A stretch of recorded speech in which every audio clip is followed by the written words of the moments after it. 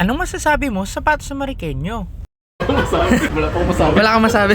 Talaga namang wala kang masasabi sa ganda ng mga sapatos na binibenta sa store na to. Kaya umaga pa lamang hindi na mahulugang karayom ang mga taong bumibili dito. Ang pinaka nagustuhan ko sa kanila ay very affordable lahat ng kanilang products. Nagre-range lang ito from 150 to 3,000 pesos. Dito mo lang yan matatagpuan sa 15A de Guzman Interior, Concepcion 1, Marikina City. Kitang-kita na marami talagang tao ang gustong bumili dito.